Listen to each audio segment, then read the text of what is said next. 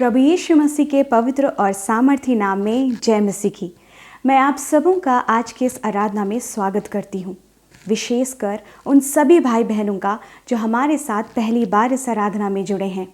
आइए हम मिल करके परमेश्वर की आराधना करें। आइए हम प्रार्थना करें। धन्यवाद यीशु मसीह, आज के इस पवित्र और सुंदर दिन के लिए हम आपका धन्यवाद देते हैं। आपकी पवित्र आत्मा की सामर्थ हमारे साथ है। हम धन्यवाद देते हैं पिता कि आपकी उपस्थिति निरंतर हम पर बनी रहती है। हम आज की आराधना को आपके पवित्र और सामर्थी हाथों में सौंप देते हैं। हम में से प्रत्येक के साथ आप बातचीत करें। हर एक बीमार को आप चंगाई दें पिता प्रभु, हर एक बंधनों को आप तोड़िए पिता परमेश्वर। हम आपका धन्यवाद देते हैं और धन्यवाद के साथ इस प्रार्थना को मांगते हैं मसीह यीशु के पवित्र और सामर्थी नाम में, आमीन।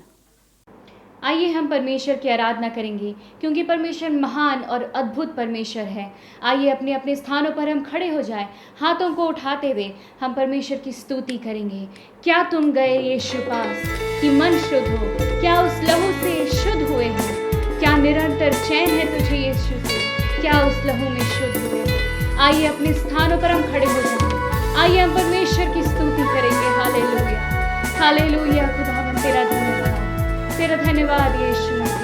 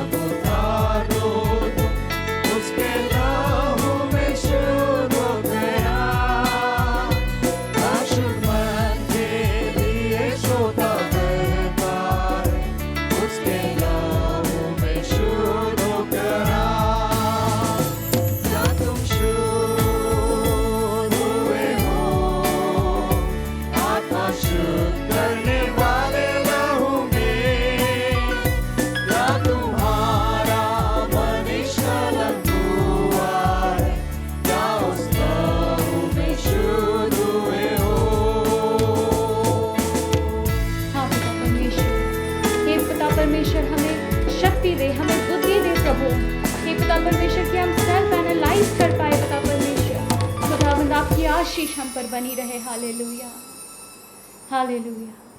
आइए हम प्रार्थना करें। अनुग्रहकारी जीवित परमेश्वर पिता, स्वर्ग और पृथ्वी का बनाने वाला परमेश्वर, इस वक्त हम तेरा धन्यवाद करते हैं क्योंकि तू महान, जीवित और सच्चा परमेश्वर है। तू राजाओं का राजा, प्रभुओं का प्रभु है। ऐ हमारे बाप आसमानी, आज इस रविवार की सभा में खुदावन हम तेरे चरणों में आकर तेरे नाम को ऊंचा उठाते हैं। तेरे वचन में लिखा है कि धन्यवाद का भेंट चढ़ाने वाला परमेश्वर की महिमा करता है। इस वक्त परमेश्वर हम अपने होठों का स्तुति रूपी बलिदान तुझको अर्पित करते हैं। इस वक्त हम जब सारे प्रभु जी तेरे विश्वासी लोग प्रभु अलग अलग जगहों में इकट्ठे होकर इस प्रभु जी प्रोग्राम के माध्यम से खुदावन सुनते हैं तेरे वचनों को, आज एक एक को तू आशीष दे। हम प्रार्थना करते हैं इस समय जबकि हमारे देश की राजनीति की स्थिति प्रभु जी अस्थिर है, खुदावन हम प्रार्थना करते हैं हमारे देश में शांति बहाल हो, प्रभु जी बॉर्डर्स पर शांति बहाल हो। प्रभु जी हम प्रार्थना करते हैं इस समय जो बाढ़ की समस्याएं हैं वो कई राज्यों में, खुदावन वहां पर भी परमेश्वर पिता तेरा अनुग्रह हो, लोगों को प्रभु जी हताहत होने से तू बचा। परमेश्वर हम प्रार्थना करते हैं कि इस वक्त खुदावन जो कोरोना जो हमारे देश और दुनिया को परमेश्वर पिता बहुतायत से प्रभावित किया है, हम प्रार्थना करते हैं कि इस कोरोना से खुदावन लोगों को तू परमेश्वर छुटकारा दे। इस कोरोना के वायरस के संक्रमण के कारण से कई परमेश्वर पिता कितने लोग मारे गए हैं, सैकड़ों लोग परमेश्वर रोज दिन और संक्रमित निकल रहे हैं। ऐसे में परमेश्वर पिता हम आपसे प्रार्थना करते हैं कि तू कोरोना वॉरियर्स लोगों को, परमेश्वर पिता डॉक्टरों को, नर्सेस को, हॉस्पिटल्स को और हर एक रिसर्च करने वाले परमेश्वर तू डॉक्टरों को तू आशीष दे कि सही परमेश्वर पिता वो दवा का वैक्सीनेशन का इजाद करने पाए। हम प्रार्थना करते हैं खुदावन जैसे ही परमेश्वर इसका इजाद होता है वो एक एक आम आदमी तक पहुंचने पाए, जिससे कि इसके इलाज में होने वाली समस्याएं दूर होने पाए। हम प्रार्थना करते हैं केंद्र सरकार के तमाम मिनिस्टर्स के लिए और परमेश्वर प्रधानमंत्री के लिए, राष्ट्रपति के लिए। हम प्रार्थना करते हैं अपने वित्त मंत्री के लिए, ओ प्रभु रक्षा मंत्री के लिए, गृह मंत्री के लिए कि आप इन तमाम प्रभु जी ऑफिशियल्स को इतनी सद्बुद्धि दे कि हमारे देश को वो एक सही दिशा में ले जाएं। उनके सलाहकारों को इतनी आशीष दे कि अच्छी अच्छी सलाह प्रभु जी अपने प्रधानमंत्री और राष्ट्रपति और तमाम परमेश्वर पिता केंद्र सरकार के मंत्रियों को देने पाए। हाँ, इस समय जरूरत है कि साथ ही साथ हमारे राज्य के मुख्यमंत्री और राज्यपाल और परमेश्वर तमाम प्रभु जी राज्य सरकार के मंत्रियों को भी अच्छी सलाह मिले और तेरा मार्गदर्शन मिले, जिससे कि वे परमेश्वर इस राज्य को एक सही मार्गदर्शन देने पाए। इस राज्य के हर एक परमेश्वर पिता राज्यवासी आनंद के साथ जीने पाए।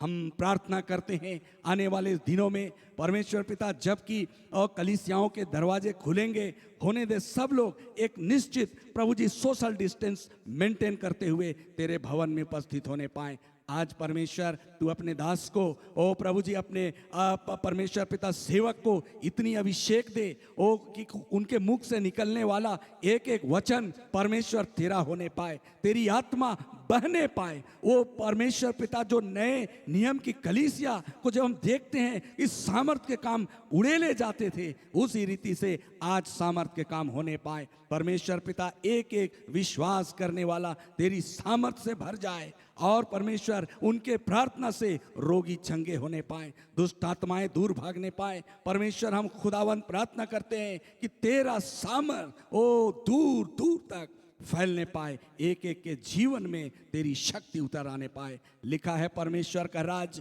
ओ बातों में नहीं लेकिन उसकी सामर्थ में है। आज उस सामर्थ को खुदावन तू प्रकट कर दे। ओ एक एक आदमी, एक एक परमेश्वर विश्वासी ओ तेरी सामर्थ को अपने जीवन में महसूस करने पाए। हम विश्वास करते हैं कि आज की इस प्रार्थना को परमेश्वर पिता तूने सुना है और परमेश्वर पिता तूने पूरा कर दिया है। हम विश्वास करते हैं क्योंकि ये प्रार्थना तेरे पुत्र अपने उद्धारकर्ता मसीह यीशु के नाम से हम मांगते हैं, आमीन। आप सबों को जय मसीह की। आराधना के इस भाग में हम लोग भजन संहिता पढ़ते हैं।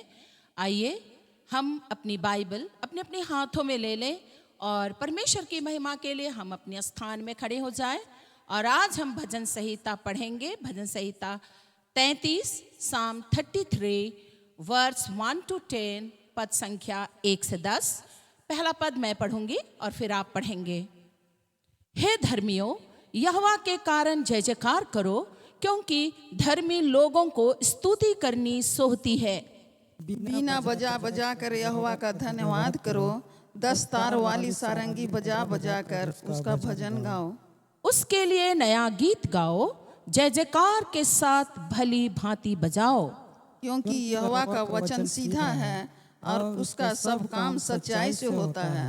वह धर्म और न्याय से प्रीति रखता है, यहोवा की करुणा से पृथ्वी भरपूर है। आकाश मंडल यहोवा के वचन से और उसके सारे गण उसके मुंह के श्वास से बने। वह समुद्र का जल ढेर की नाई इकट्ठा करता, वह गहरे सागर को अपने भंडार में रखता है। सारी पृथ्वी के लोग यहोवा से डरें, जगत के सब निवासी उसका भय माने। क्योंकि जब उसने कहा तब हो गया, जब उसने आज्ञा दी तब वास्तव में वैसा ही हो गया। आइए एक साथ पढ़ेंगे। यहोवा अन्य जातियों की युक्ति को व्यर्थ कर देता है, वह देश देश के लोगों की कल्पनाओं को निष्फल करता है। आज के भजन संहिता के पढ़ने पर परमेश्वर का हम धन्यवाद करते हैं और थोड़े से क्षण में हम भजन संहिता अध्याय 33 के 1 पद में विचार करेंगे। और यहाँ लिखा है वर्ष 1 में, हे धर्मियों, यहोवा के कारण जय जयकार करो, क्योंकि धर्मी लोगों को स्तुति करनी सोहती है। प्रिय भाई बहन, हमारी आराधना में स्तुति करना मुख्य भाग होता है। कलीसियाओं में स्तुति की जाती है, परंतु परमेश्वर का वचन कहता है धर्मियों को यहोवा की स्तुति करना सोहती है। दूसरा इतिहास 2 क्रॉनिकल्स चैप्टर 5 अध्याय 5 और उसके 13 पद में लिखा है, जब मंदिर की प्रतिष्ठा की गई और तब 13वां वचन कहता है, मंदिर की प्रतिष्ठा में जब तुरहिया बजाने वाले और गाने वाले एक स्वर से यहोवा की स्तुति करने और धन्यवाद करने लगे और तुरहिया और झांझ बजाने लगे और यहोवा की स्तुति ऊंचे शब्दों से करने लगे। लिखा है, तब यहोवा के भवन में बादल छा गया। प्रियो, जब इस्राएली लोग भी उस रास्ते से होकर चले जो जंगल का मार्ग था और परमेश्वर की प्रतिज्ञा के अनुसार परमेश्वर दिन में बादल के छाया से उनकी रक्षा करता था। ये कितना अद्भुत बात है कि परमेश्वर धर्मियों के ऊपर अपना बादल तान के रखता है। और भजन संहिता 22 और उसका 3 पद के अनुसार, परंतु हे यहोवा, तू जो इस्राएल के स्तुति के सिंहासन पर विराजमान है, लिखा है तू तो पवित्र है। और यहोशू अध्याय 6 और उसका 20 पद में, इस यहोशू अध्याय 6:20 के अनुसार, तब लोगों ने जय जयकार किया। जब इस्राएली स्तुति करने लगे, जय जयकार करने लगे और याजक नरसिंगा फूंकते रहे और नरसिंगे के शब्द को सुनकर लोग बड़ी ध्वनि से जय जयकार करने लगे। और वचन कहता है, तब शहरपना नेव से गिर पड़ी। प्रियो, आज घर की अशांति को नेव से गिर जाने की आवश्यकता है। आज बेचैनी को नेव से गिर जाने की आवश्यकता है। आज निराशा और हताशपन को नेव सहित खत्म हो जाने की आवश्यकता है। और ये पवित्र आत्मा की सामर्थ्य हमें जय जयकार करवाएगा। और जितना हम स्तुति करेंगे, हम परमेश्वर की महिमा करेंगे और परमेश्वर के वचन पर हम ध्यान लगाएंगे, यशायाह 10:27 के अनुसार उसकी महिमा और उसके अभिषेक के कारण ये बंधन सारे टूटते चले जाएंगे। ये हमारे लिए अद्भुत बात है। और यशायाह आइजाया 35:10, आइजाया 35 और उसका 10 वचन के अनुसार लिखा है, और यहोवा के छुड़ाए हुए लोग लौटकर जय जयकार करते हुए सियोन में आएंगे और उसके सिर पर सदा का आनंद होगा। प्रिय बहनें, हम स्तुति करने के लिए समय निकालें। हम थोड़े से समय परमेश्वर की महिमा करें। पर पर्वत, पहाड़, समुद्र, सागर, पृथ्वी की सृष्टि को हम याद करें और सिर्फ हम परमेश्वर का धन्यवाद करें, हम समय निकाल कर स्तुति करें, निश्चय परमेश्वर एक अद्भुत छुटकारा हम लोग के जीवन में देगा। और लिखा है यह छुटकारा पाए हुए लोग आनंद और हर्ष के साथ आएंगे और शोक और लंबी सांस का लेना जाता रहेगा। और इसीलिए भजन संहिता 65 साम्स 65 1 कहता है, हे परमेश्वर सियोन में स्तुति तेरी बाट जो रही है। सो प्रिय बहने, हम अपने बच्चों के साथ, हम अपने पड़ोसियों के साथ, हम अपने भाई बहनों को लेकर हम थोड़े से समय खाने के पहले, नाश्ता के पहले, किसी भी समय हम कम से कम स्तुति करें और पूरे घर में हम परमेश्वर की सामर्थ्य की बादल को देखने पाएंगे। आइए हम प्रार्थना करेंगे। सर्वशक्तिमान यहोवा परमेश्वर, हम आपकी उपस्थिति के लिए धन्यवाद देते हैं प्रभु, आज की आराधना के दिन के लिए। प्रभु हम आपके बादल को महसूस करते हैं प्रभु। इस समय आप हमारे प्रिय भाई बहनों के घर के ऊपर, जिनके घर में शैतान की अशांति मंडरा रही है प्रभु, जो निराश और हताश में पड़ गए लोग, हे प्रभु शराब के नशे में पड़े हुए लोग, हे प्रभु बहुत दिन से बीमार हैं, हम यीशु मसीह के नाम से प्रभु इस तुरहियों की आवाज से और हे प्रभु जय जयकार और स्तुति के शब्दों से हम यीशु के नाम से प्रभु इन तमाम अशांति के बंधनों को हे यहोवा तू जय जयकार की सामर्थ्य से तोड़ दे प्रभु, और तेरी उपस्थिति आज उस बादल के रूप में छा जाए। धन्यवाद प्रभु, तूने हमारी प्रार्थना को सुना है। यीशु मसीह के नाम से प्रभु प्रार्थना को सुन के स्वर्ग के राज में ग्रहण कीजिए, यीशु मसीह के नाम से आमीन। Let's look to our Lord and worship Him. आइए हम परमेश्वर की ओर देखेंगे और हम आराधना करेंगे। Let's sing, Shine, Jesus, Shine. आइए हम परमेश्वर की गीत को गाएंगे, shine Jesus shine. Hallelujah. Thank you, Jesus. Thank you, Master. Hallelujah.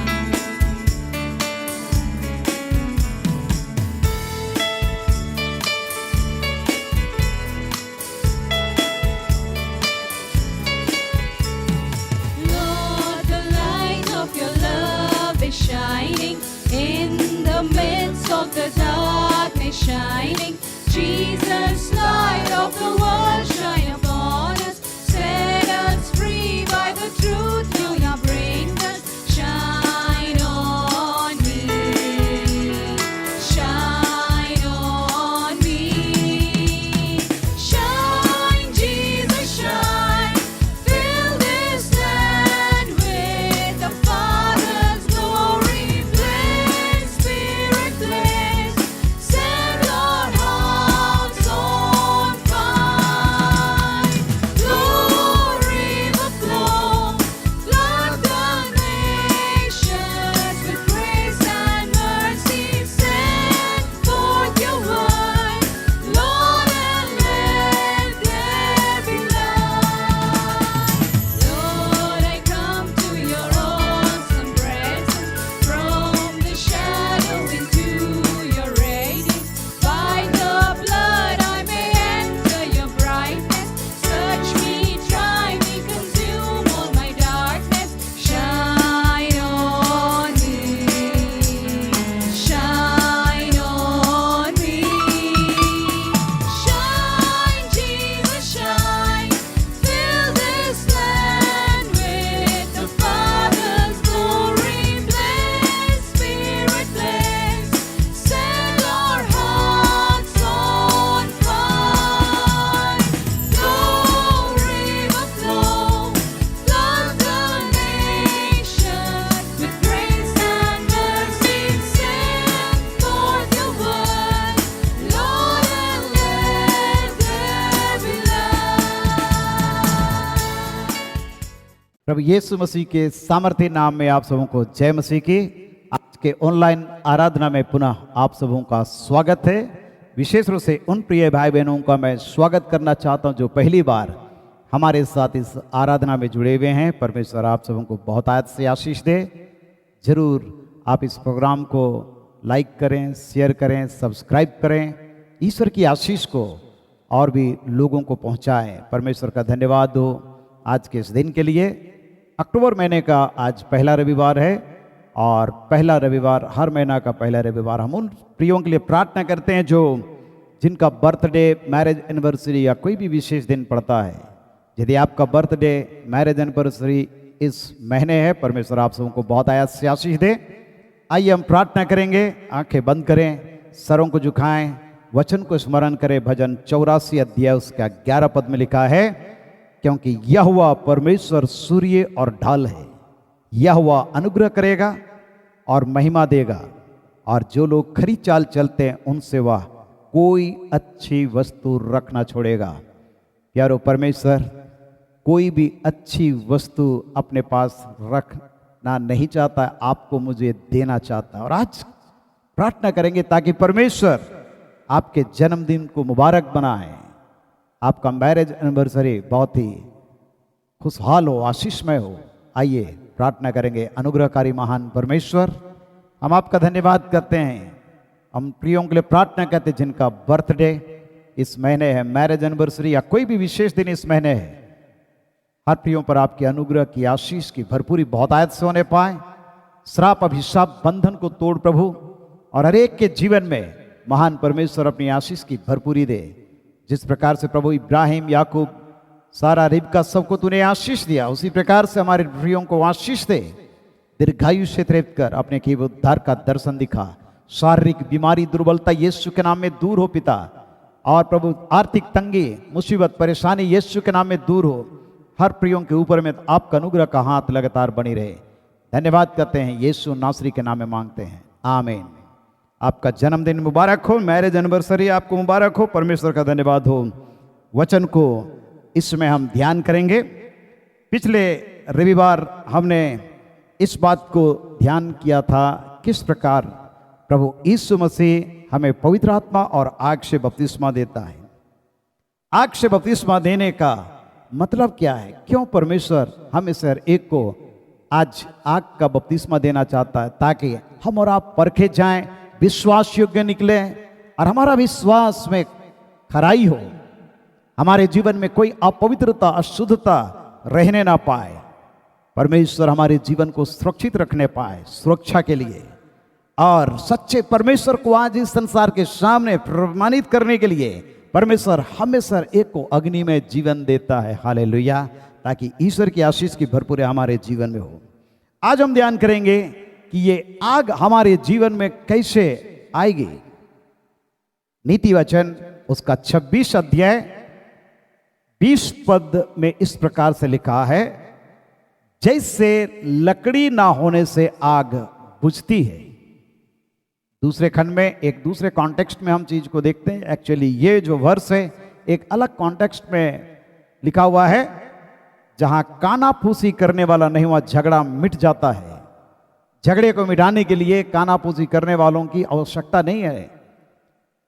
और जिस प्रकार से लकड़ी नहीं होने से आग बुझ जाती है, उसी प्रकार से कानाफूसी करने वाला जहां पर नहीं होगा वहां पर झगड़ा मिट जाएगा। एक अलग कॉन्टेक्स्ट में, परंतु आज मैं दूसरे कॉन्टेक्स्ट में इसको हमारे लिए कैसे आशीष का कारण बन सकता है, ये अग्नि में जीवन, इस पर हम ध्यान करेंगे।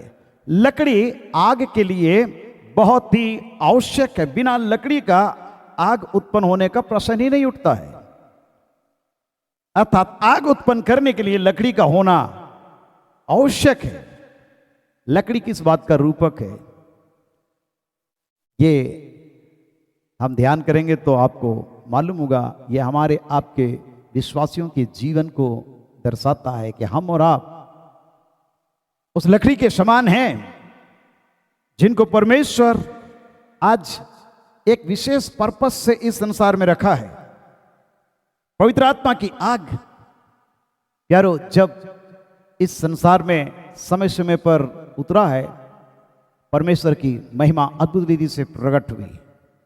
अगर हम देखेंगे रिफॉर्मेशन के टाइम में किस प्रकार पवित्र आत्मा काम किया, 17वीं 18वीं शताब्दी में, 19वीं शताब्दी में, 20वीं शताब्दी में किस प्रकार से आत्मा की जागृति आई, और विशेष रूप से हम देखते हैं 20वीं शताब्दी में किस प्रकार पवित्र आत्मा की जागृति आई, और कई जगहों में लोगों ने आग की लपट को अपनी आंखों से देखा। दमकल गाड़ी लेकर के लोग आग बुझाने के लिए पहुंचे। मैं वो सारे पृष्ठभूमि को लंबा नहीं बोलना मांगता हूं, लेकिन आप इतिहास के पन्नों को अगर आप पलटेंगे तो आपको मिलेगा किस प्रकार से हिंदुस्तान के अंदर में भी, महाराष्ट्र के अंदर जो पंडिता रामाबाई का जो आश्रम है वहां पर पवित्र आत्मा की जागृति आई। अमेरिका में लॉस एंजलिस में किस प्रकार से आत्मा की जागृति आई, और भिन्न भिन्न देशों में, वेल्स देश में किस प्रकार से आत्मा की जागृति आई, और लोगों ने आग को देखा अपनी आंखों से यारो। और ये तभी आग लगती है जहां पर लकड़ी, सूखे हुए लकड़ी होते हैं। यह किस बात का रूपक है हमारे जीवन में?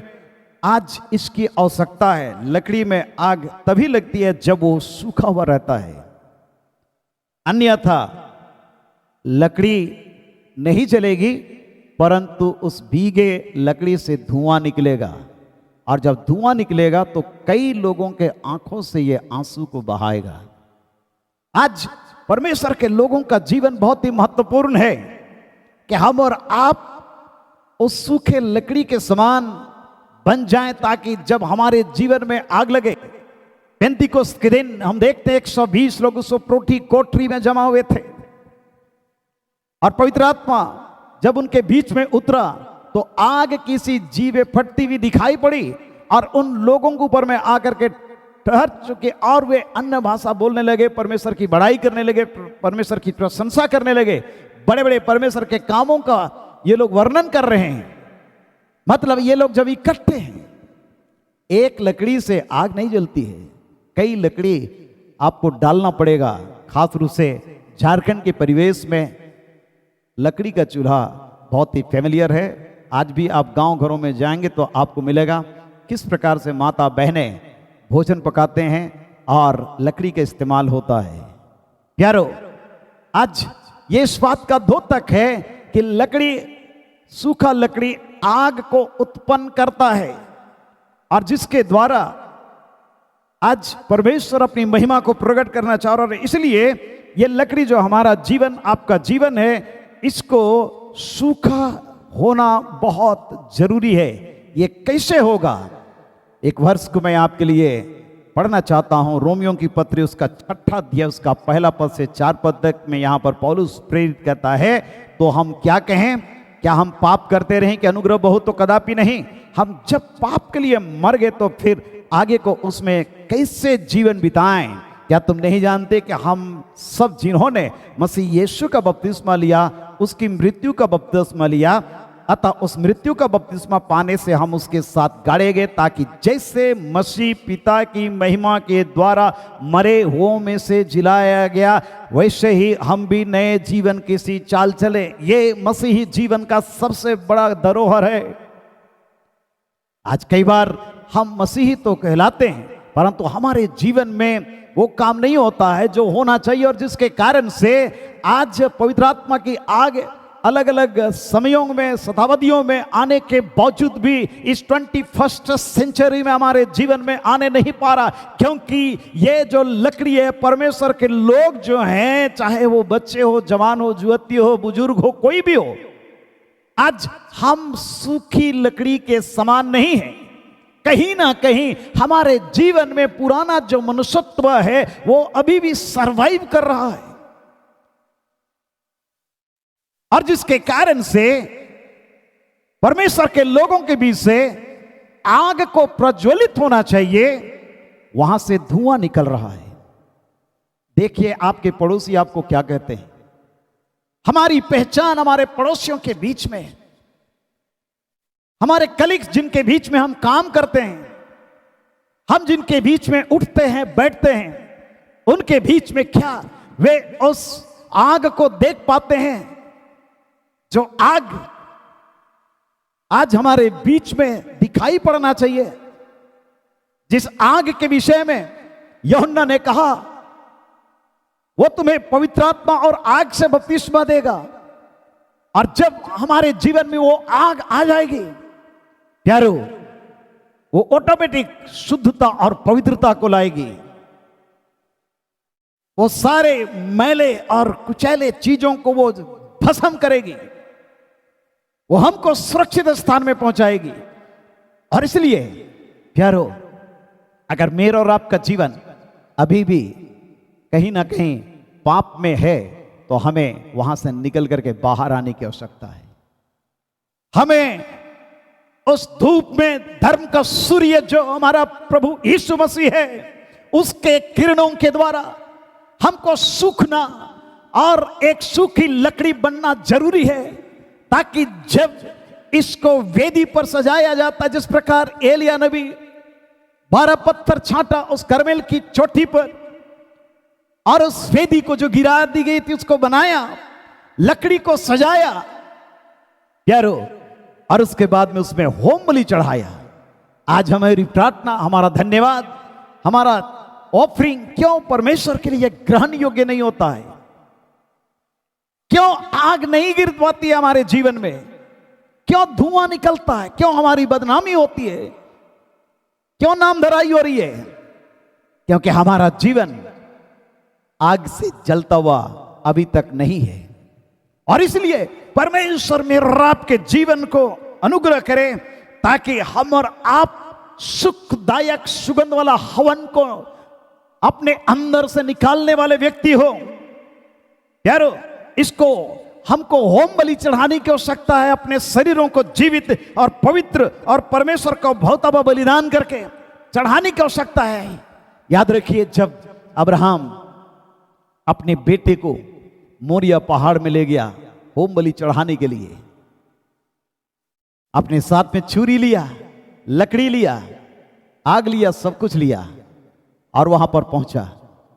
और परमेश्वर जिस जगह पर उसको बतलाया था वहां पर वेदी को बनाया, लकड़ी को सजाया और लकड़ी के ऊपर अपने इकलौते बेटे को लिटा दिया। प्यारो, परमेश्वर हमारे जीवन को इसी प्रकार से आज रखना चाहता है। आपने देखा होगा क्रेमेशन होते समय किस प्रकार लकड़ी सजाया जाता है, इन ऑर्डर, एट रैंडम नहीं।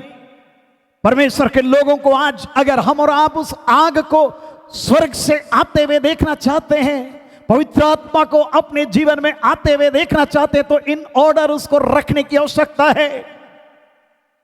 और जब हम उसको वेदी पर सजाएंगे, वो परमेश्वर का स्वर्गदूत उतर करके आएगा और कहेगा, हे इब्राहिम, हे इब्राहिम, अपने बेटे के ऊपर में छुरी मत बढ़ाओ, क्योंकि मैंने देख लिया है कि तू आज्ञाकारी है।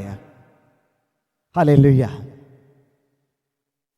नूह के विषय में देखिए, जब जल प्रलय के पश्चात जब जहाज से बाहर आया, 8 अध्याय उत्पत्ति की किताब 20 और 21 पद में हम देखते हैं, वहां पर परमेश्वर के लिए वो होम बलि चढ़ाया, जरूर लकड़ी को सजाया होगा, वेदी को बनाया, और जब सुखदायक सुगंध वाला हवन परमेश्वर के पास में पहुंचा, परमेश्वर उतर आया, रेनबो दे दिया एक चिन्ह के रूप में और वाचा बांधा कि मैं अब जल प्रलय के द्वारा पृथ्वी को नाश नहीं करूंगा। यद्यपि मनुष्य के मन में जो कुछ उत्पन्न होता है वो बुरा ही उत्पन्न होता है। सुखदायक सुगंध वाले हवन को मुझे आपको आज के दिन में इसको पैदा करने की आवश्यकता है।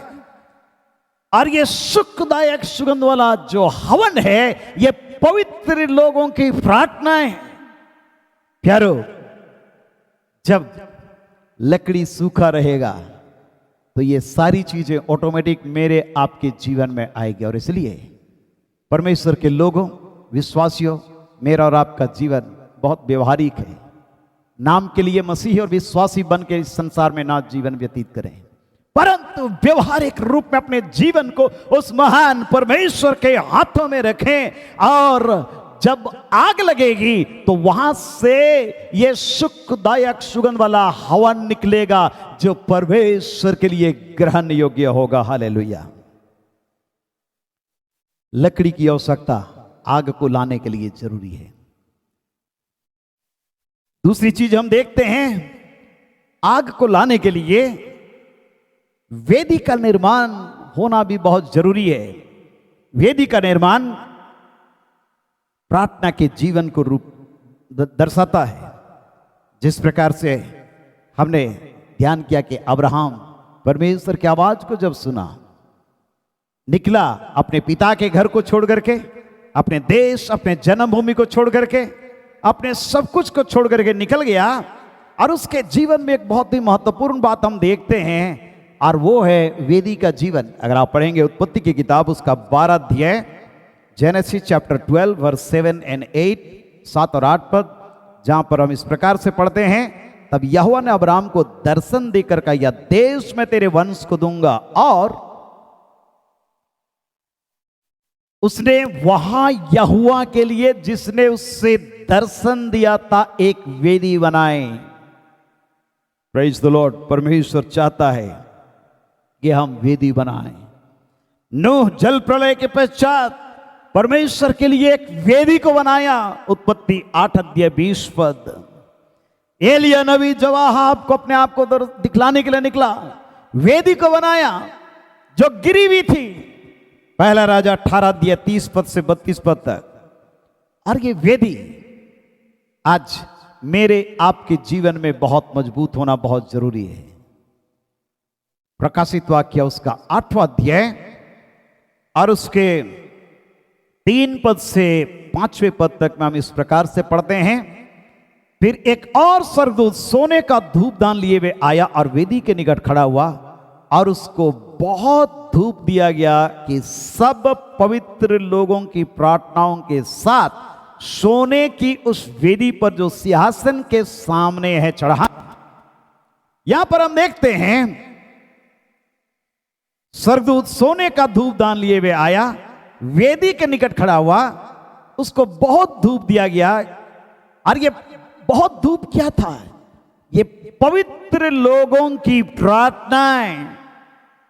हम और आप जो प्रार्थना करते हैं ये साधारण प्रार्थना नहीं है। दिन और रात जो हम प्रार्थना करते हैं साधारण प्रार्थना नहीं है। और इसलिए 5 मिनट प्रार्थना करेंगे। प्रार्थना धूपदान का जो क्वांटिटी होगा, कितना होगा, आप आकलन कर सकते हैं। और इसलिए कम से कम एक विश्वासी को घंटों भर प्रार्थना करने की आवश्यकता है। बहुत सारे लोग 3 घंटे प्रार्थना करते हैं, 8 घंटे प्रार्थना करते हैं। दैट्स गुड, परमेश्वर का धन्यवाद हो ऐसे परमेश्वर के भक्तों के लिए। परंतु मेरा और आपका जीवन आज प्रार्थनाहीन है।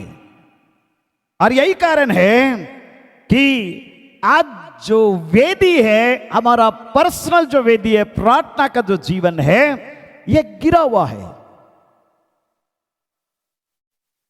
खाने के पहले प्रार्थना करते हैं, खाने के बाद प्रार्थना करते हैं, प्रेज द लॉर्ड। सोने के पहले प्रार्थना करते हैं, सुबह उठने के बाद में हम प्रार्थना करते हैं, प्रेज द लॉर्ड। परंतु हमारा पर्सनल टाइम परमेश्वर के साथ में होना बहुत जरूरी है।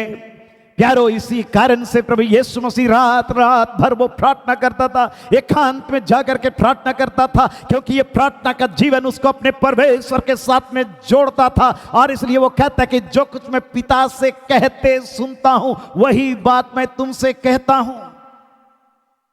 पवित्र लोगों की प्रार्थनाएं जिसको स्वर्गदूत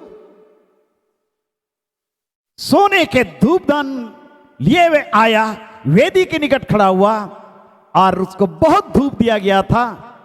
पवित्र लोगों की प्रार्थनाओं के साथ सोने की उस वेदी पर जो सिंहासन के सामने चढ़ाए, परमेश्वर की महिमा के सामने चढ़ाए, उस धूप का धुआं पवित्र लोगों की प्रार्थनाओं सहित स्वर्गदूत के हाथ से परमेश्वर के सामने पहुंच गया।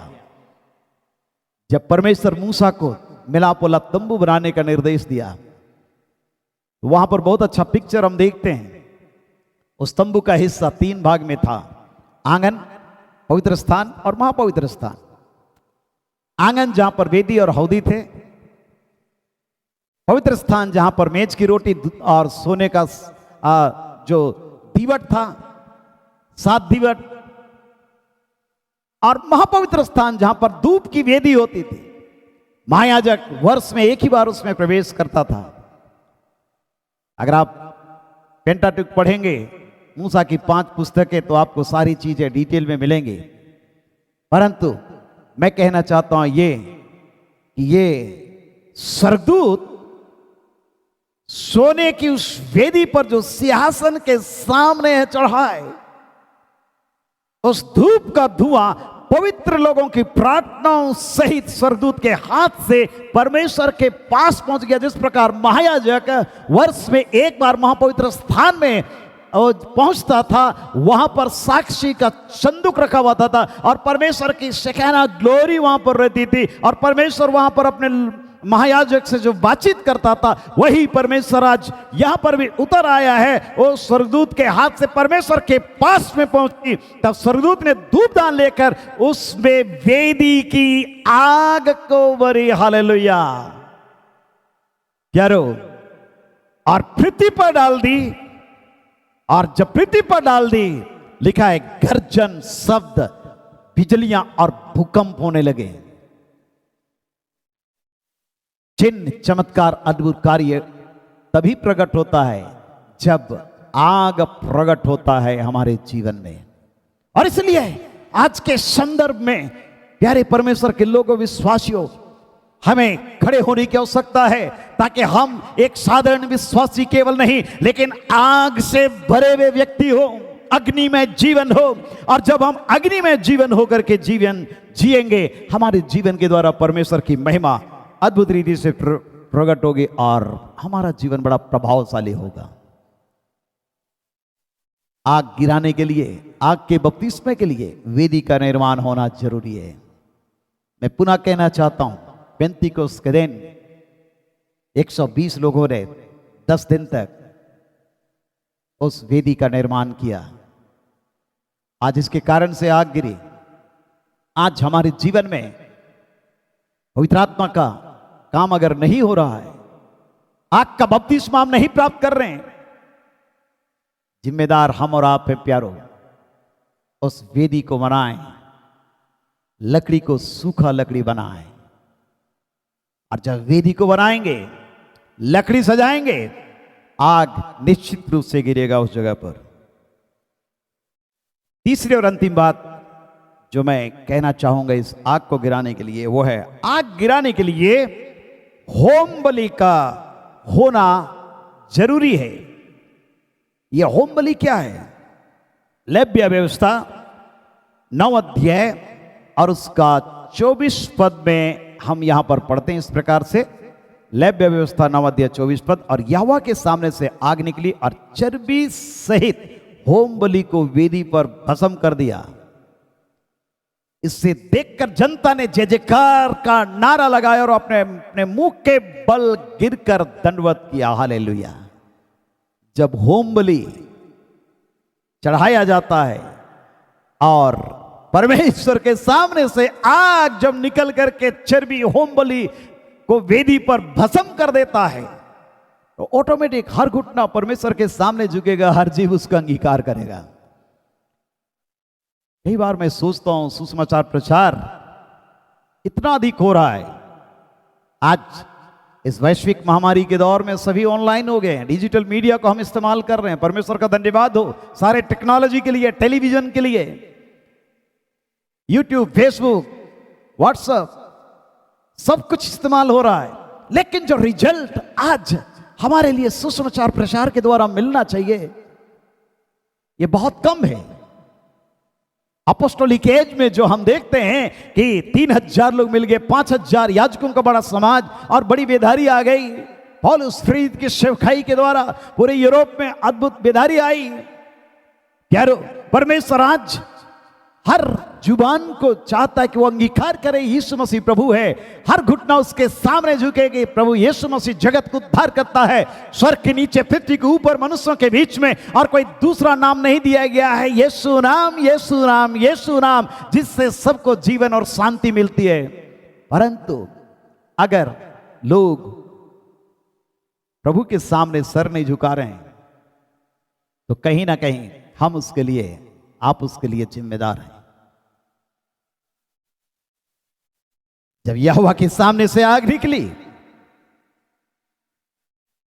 चर्बी सहित जब होम बलि को वेदी पर भस्म कर दिया, जनता जय जयकार कर रही है। हालेलुया।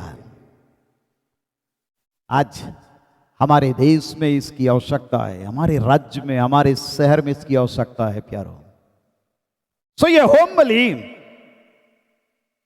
करने का तरीका कैसा था, लेव्य व्यवस्था उसका पहला अध्याय अगर आप देखेंगे तो होम बलि की विधि आपको मिलेगा। यहाँ पर जानवरों को होम बलि चढ़ाया जाता था और यहाँ पर 3 अलग अलग प्रकार के हम चीज़ों को होम बलि चढ़ाते हुए देखते हैं। परमेश्वर अपने लोगों को आदेश दिया और ये 3 अलग अलग प्रकार के जो जानवर हैं और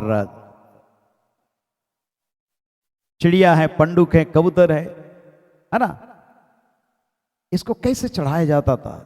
लिखा है कि होम बलि पशु के सिर पर हाथ रखा जाता था, प्रायश्चित करने के लिए उसको ग्रहण योग्य बनाया जाता था और परमेश्वर के सामने जब याजक लोग उसको बलिदान चढ़ाते थे तो उसके लहू को समीप ले जाकर के वेदी के चारों ओर छिड़कते थे और होम बलि पशु की खाल निकालकर उस पशु को टुकड़े टुकड़े लोग करते थे। यह किस बात को आज संकेत करता है? हारून याजक के पुत्र वेदी पर आग रखें, आग पर लकड़ी सजाकर रखें। हारून के पुत्र जो याजक है वे सिर पर चर्बी समेत पशु के टुकड़ों को उस लकड़ी पर जो वेदी की आग पर होगी सजा कर रखें और उसके अंतड़ियों और पैरों को जल से धोएं। तब याजक सबको वेदी पर जलाए और वो होम बलि यहोवा के लिए सुखदायक सुगंध वाला हवन ठहरे। विशेष रूप से मैं आपका ध्यान इस बात पर ले जाना चाहता हूं कि होम बलि के लिए जो पशु के खाल को निकाल करके अलग किया जाता था, आज परमेश्वर उन सारे पशुओं को नहीं मांग रहा है, पक्षियों को नहीं मांग रहा है, जानवरों को नहीं मांग रहा है, परंतु परमेश्वर मेरे आपके जीवन को मांग रहा है। इसलिए रोमी 12 अध्याय उसके पहले पद में लिखा है, इसलिए हे मेरे भाइयों मैं तुम्हें परमेश्वर की दया स्मरण दिला करके विनती करता हूं कि तुम अपने शरीरों को जीवित, पवित्र और परमेश्वर को भावता हुआ बलिदान करके चढ़ाओ, यही तुम्हारी आत्मिक सेवा है। और इस संसार के सदृश्य मत बनो, परंतु तुम्हारे बुद्धि के नहीं हो जाने से तुम्हारा चाल चलन भी बदलता जाए, जिससे तुम परमेश्वर की भली भावते और उसकी सिद्ध इच्छा अनुभव से मालूम करते रहो।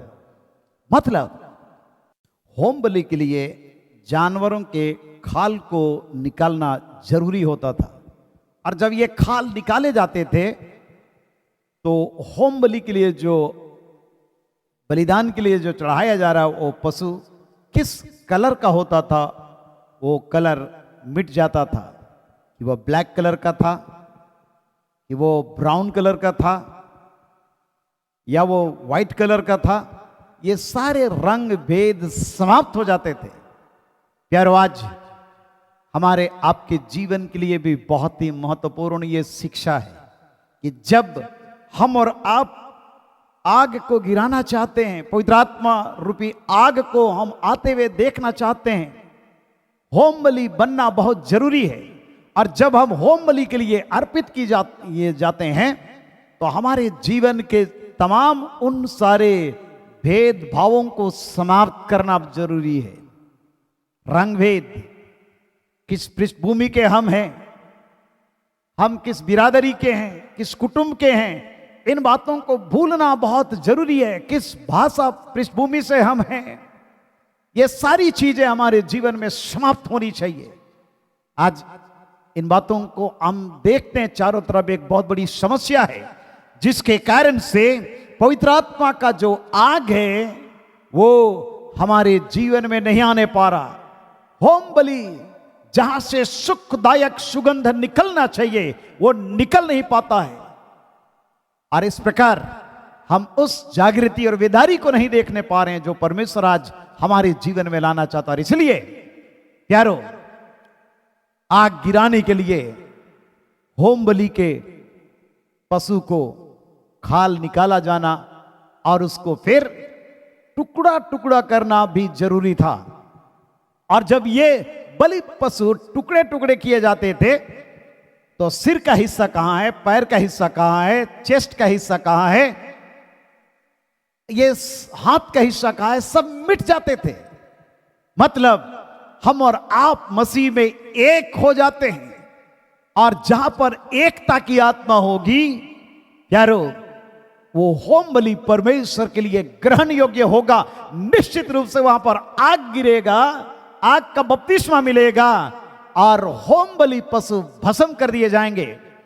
हम देखते हैं लेव्य व्यवस्था 1 अध्याय में कि अंतड़ी और पैर को भी धोना पड़ता था ताकि कोई अशुद्धता, अपवित्रता बलि चढ़ाते समय आने ना पाए। प्यारो, हमारे जीवन में भी इसकी आवश्यकता है ताकि कोई भी अपवित्रता, अशुद्धता हमारे जीवन में ना आने पाए। और इसलिए आज हम आकलन करें अपने जीवन को कि क्या हम सुखदायक सुगंध वाला हवन बन रहे हैं, क्या हम सूखी लकड़ी बन रहे हैं, वेदी का निर्माण हम कर रहे हैं,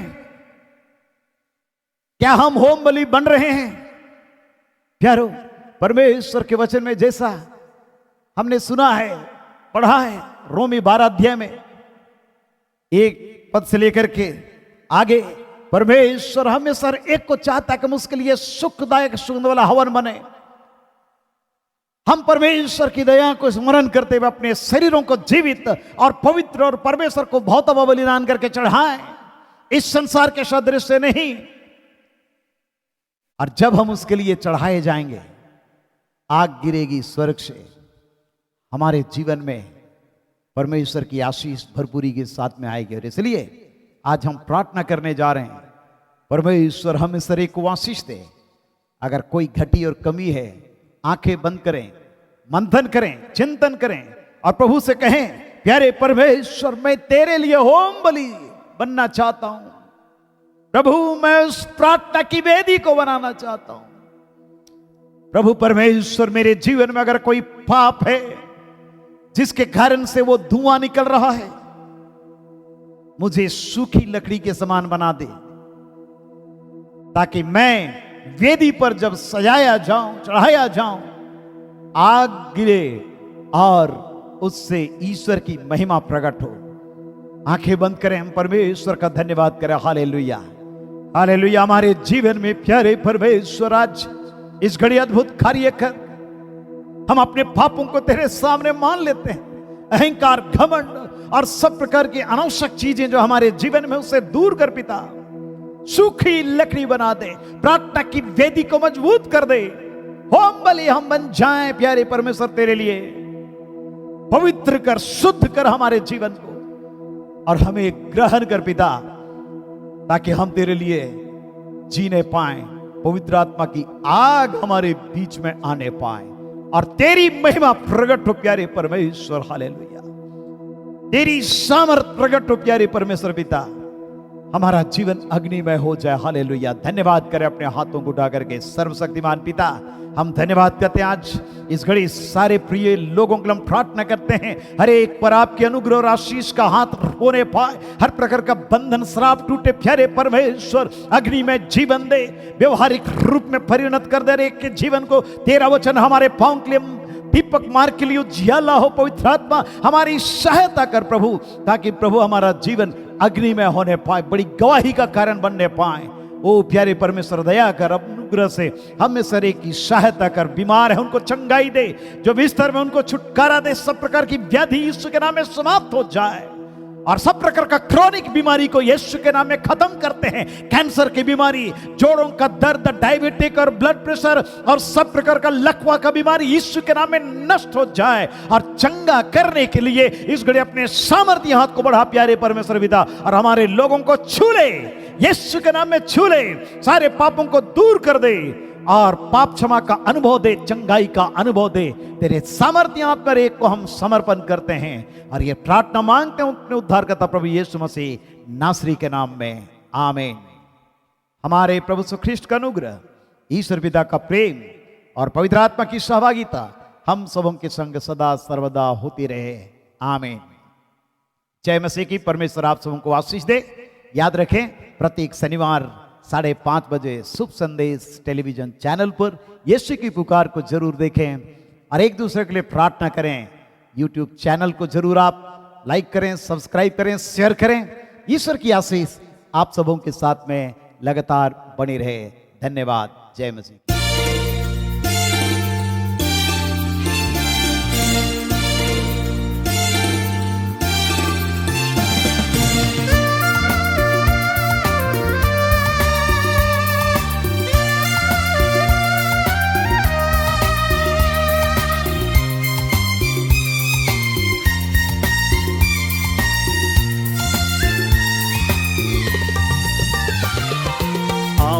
आओ भाइयों बहनों सुन लो यीशु की पुकार। आओ आओ भाइयों बहनों सुन लो यीशु की पुकार। आओ आओ भाइयों बहनों सुन लो यीशु